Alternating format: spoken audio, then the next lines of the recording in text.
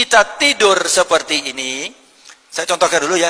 Jadi kita tidur, tangan ini diletakkan di pipi, ya, tangan diletakkan di pipi di sini. Kemudian kenapa kita miring ke kanan?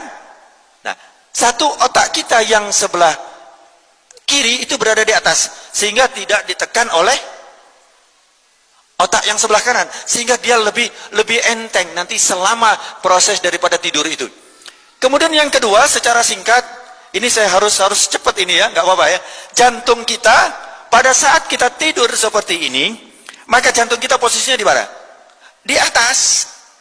Karena tadi kan jantung tadi kan sebelah kiri. Jantung kita kan sebelah kiri.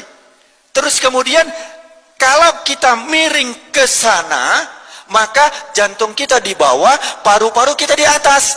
Sehingga di saat memompa, di saat paru-paru memompa untuk ekspirasi dan inspirasi, itu menekan daripada jantung. Kenapa? Karena dia berada di sini. Bisa dipahami? Ya, jantung pun dia memompa yang 70 kali per menit, itu juga terhambat. Kenapa? Karena ada yang membebani.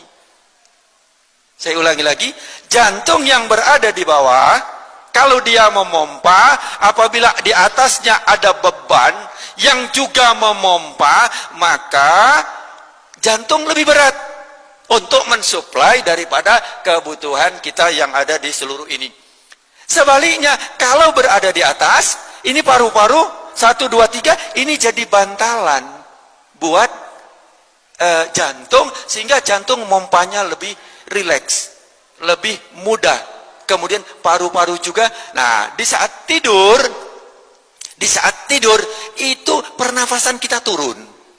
Tidak 16, 12, 14, ya tidak sampai 20. Turun. Kenapa? Karena ini tadi. Subhanallah. Rasulullah ajarkan seperti ini, padahal Rasulullah tidak mengenal anatomi. Tetapi kenapa? Itu sangat istimewa. Di saat kita tidur seperti itu, bahwa paru-paru itu tidak menekan daripada jantung.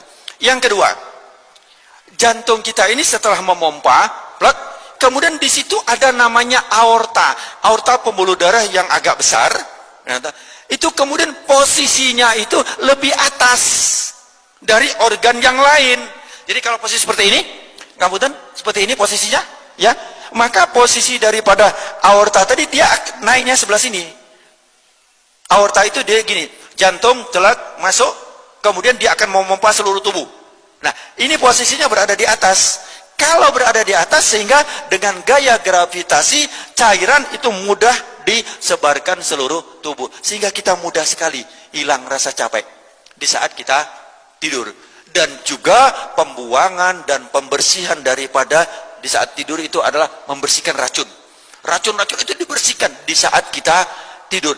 Allah subhanahu wa ta'ala membuat mekanisme itu. Kenapa kita ngantuk, kenapa kita tidur, itu adalah sebenarnya karena Allah sayang sama kita, agar tubuh kita itu tetap dalam keadaan kondisi yang betul-betul prima, betul-betul istimewa.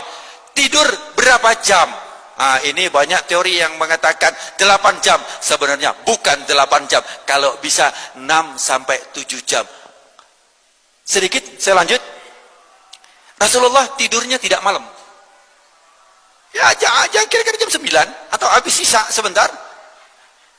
Ya, habis sisa sebentar. Beliau tidur, kemudian bangunnya bukan subuh. Bangunnya dia lebih cepat, sepertiga malam. Ini beliau bangun. Inilah yang dilakukan oleh Rasulullah sallallahu alaihi wasallam. Jadi kita sekarang digeser, maaf, banyak tayangan TV, banyak ini, itu bergeser tidurnya. Kalau enggak jam 11 tidur, akhirnya bangunnya ya azan subuh. Nah, itu. Jadi, nah, kenapa? Karena apabila sudah datangnya gelap, maka Allah berikan itu kesempatan kita untuk istirahat, untuk istirahatkan tubuh kita. Saya kembali sedikit. Jadi di saat kita seperti ini tadi, nah ini sedikit aja, kurang 2 menit. Di saat kita tidur ini, kaki kita jangan lurus. Kaki kita jangan lurus. Kenapa? Kalau lurus, otot ini akan ketarik. Jadi harus rileks, ditarik sedikit, agak ditekuk.